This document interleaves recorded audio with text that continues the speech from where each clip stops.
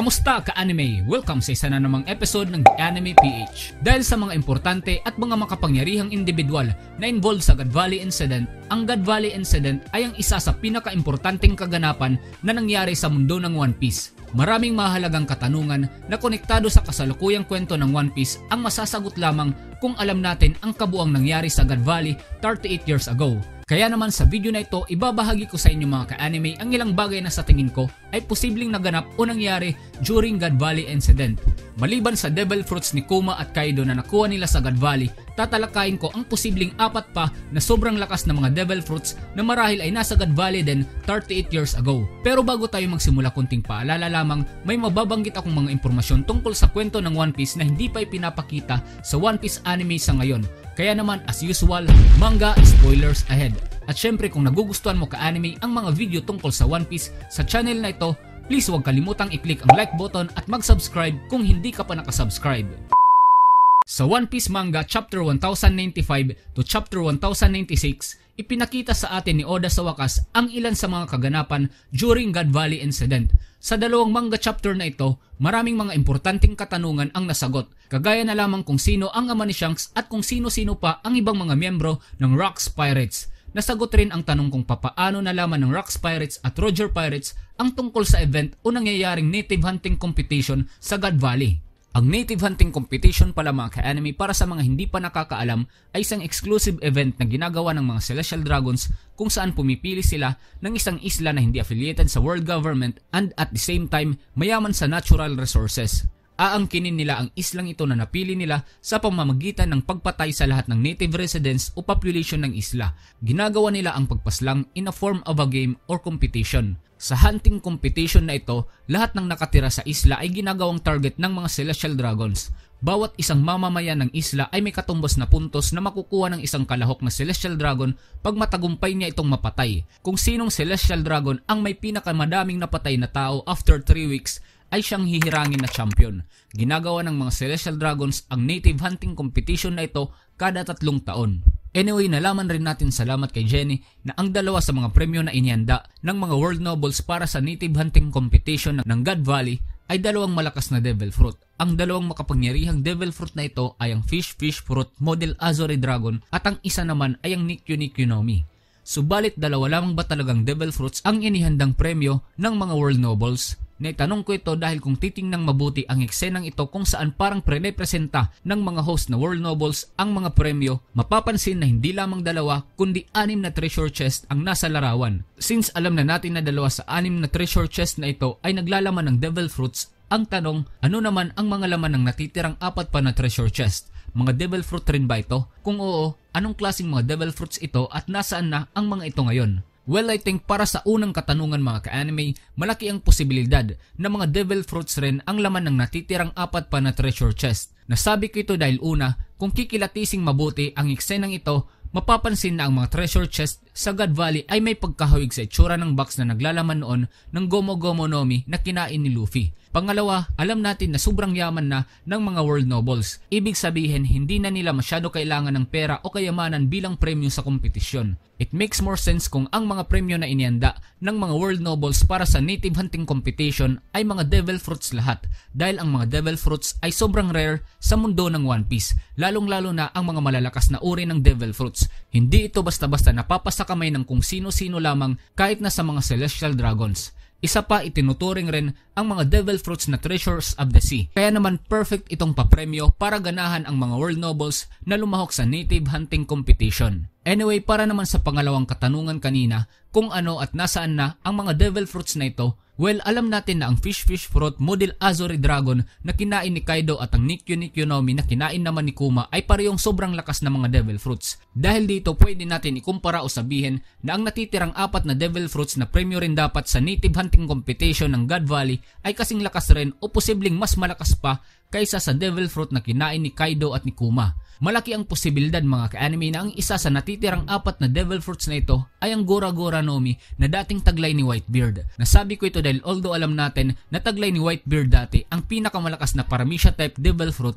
hindi natin alam kung kailan niya ito kinain at kung saan niya ito natagpuan. Kaya naman, the fact na nasa God Valley si Whitebeard 38 years ago during native hunting competition gives the possibility na sa God Valley niya natagpuan ang Gora Gora no Mi.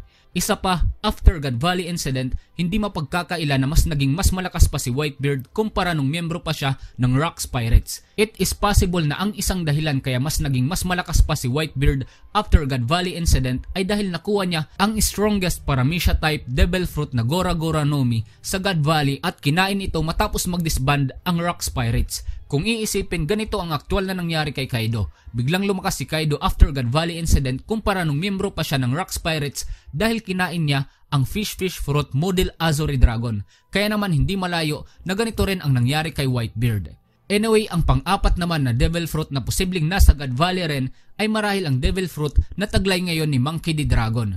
Interesting ang mga rason kaya nasabi ko ito mga ka-anime kasi although hindi pa confirmed sa ngayon na nasa God Valley rin si Monkey D. Dragon nung mangyari ang God Valley incident, it is confirmed na si Dragon ay dating miyembro ng Marine. Base sa timeline kung kailan nangyari ang God Valley incident, si Dragon ay around 17 years old that time at miyembro pa ng Marine. Kaya naman may posibilidad na isinama o kasama siya ni Garp nung pumunta si Garp sa God Valley. At habang nasa isla, marahil nakita ni Dragon ang karumal-dumal na ginawa ng mga world nobles sa mga mamamayan ng God Valley. Ang nakakakilabot at sukdulang kasamaan ng mga world nobles na nasaksiyan ni Dragon sa God Valley ay ang posibleng nagtulak sa kanya na kamuhian ang mga world nobles, mag-quit sa Marine at maging isang revolusyonaryo. Marahil ito rin ang dahilan kaya nagdesisyon siyang buuhin ang Revolutionary Army, isang anti-government organization na ang tanging layunin ay ang pabagsakin ang kasalukuyang world government at tapusin ang paghahari ng mga world nobles. It is also possible na sa God Valley rin ni Dragon nalaman at nasaksihan kung gaano kalakas ang bawat isang miyembro ng God's Knights. Kaya nasabi niya nang may pagkabahala sa eksenang ito na magsisimula lamang ang totoong laban ng Revolutionary Army kung magsimula ng gumalaw ang God's Knights. Speaking of God's Knights, ang panglimang malakas na devil fruit naman na posibleng nasa God Valley ay probably kinain o nasa posisyon ngayon ni Saint Figarland Garling. Nasabi ko ito dahil una, siya ang naging champion ng native hunting competition sa God Valley. Kaya naman malabo na wala siyang premyong natanggap. Pangalawa, kagaya ng nabanggit ko sa isa kong video, ngayong alam na natin na nasa God Valley rin ang God's Knights nung mangyari ang God Valley incident, it is impossible na wala silang ginawa para protektahan ang mga world nobles at isecure ang mga treasure o mga premyo ng native hunting competition. It will make more sense also na kaya natalo ang legendary pirate crew na Rocks Pirates sa kabila ng pagkakaroon nito ng mga miyembro na may mga malahalimaw na lakas ay dahil ang kalaban nila ay hindi lang ang pinagsanib na pwersa ni Garp at Roger Pirates kundi pati na rin God's Knights. Isang malakas na ebidensya na kinalaban ng God's Knights ang Rocks Pirates during God Valley incident ay ang sinabing ito ni Whitebeard nung binisita siya ni Shanks dati. Sa eksenang ito, sinasabihan ni Whitebeard si Shanks na nakakaramdam siya ng kirot sa piklat ng sugat na nakuha niya sa isang specific na tao sa tuwing nakikita niya ang muka ni Shanks. Dati wala pa tayong ideya kung sino ang tinutukoy ni Whitebeard dito. Subalit ngayong alam na natin na kamukang kamuka ni Saint Figarland Garling si Shanks nung bata pa siya, this confirms na si Whitebeard at si Saint Figarland Garling ang nagsagupaan during God Valley incident. Isa pa, posible rin na kaya si Shanks nung baby pa ito nasa loob ng treasure chest nung matagpuan siya ng Roger Pirates during God Valley incident ay dahil kinuha ni Saint Figarland Garling ang totoong laman ng treasure chest which is isang devil fruit at inilagay naman niya si Shanks sa loob ng treasure chest para may tago ito at maprotektahan habang umaatake ang mga pirata.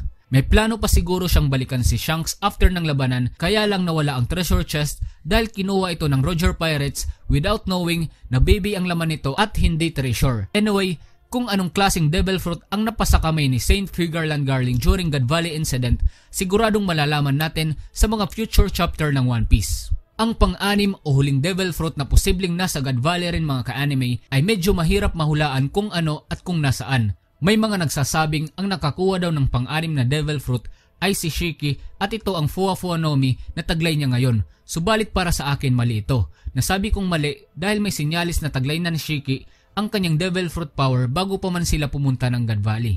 Ang sinyalis na ito ay makikita sa eksenang ito kung saan kararating lang ng Rocks Pirates sa God Valley.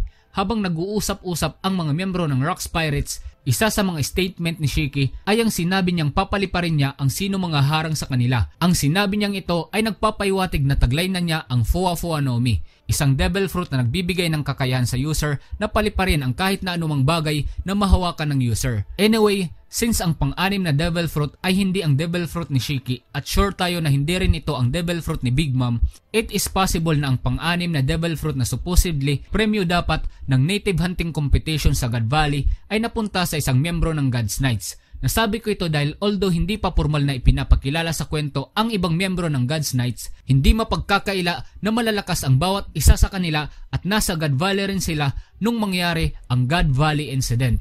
Isa pa, nung ma-mention ni Dragon ang tungkol sa God's Knights sa eksenang ito, mapapansin na parang may devil fruit pattern sa background ng God's Knights. Parang binibigyan tayo ng clue ni Oda dito na lahat ng miyembro ng God's Knights ay mga devil fruit user. Ang gawing premyo ang isang malakas na devil fruit ay di nabago sa kwento ng One Piece. Matatandaan na ang ginawang premyo ni Doflamingo sa tournament ng Corrida Coliseum during Dressrosa arc ay saring malakas na devil fruit. Kaya naman hindi malabo na mga devil fruits lahat ang mga iniandang papremyo ng mga world nobles para sa native hunting competition sa God Valley. Anyway, kung kayo ang tatanungin mga ka-anime, ano sa tingin nyo? Sang-ayon ba kayo sa theory na ito na maliban sa devil fruit ni Kaido at Kuma, may 4 pang sobrang lakas na mga devil fruits during God Valley incident? At dito nagtatapos ang topic natin tungkol sa mga posibleng naganap during God Valley incident.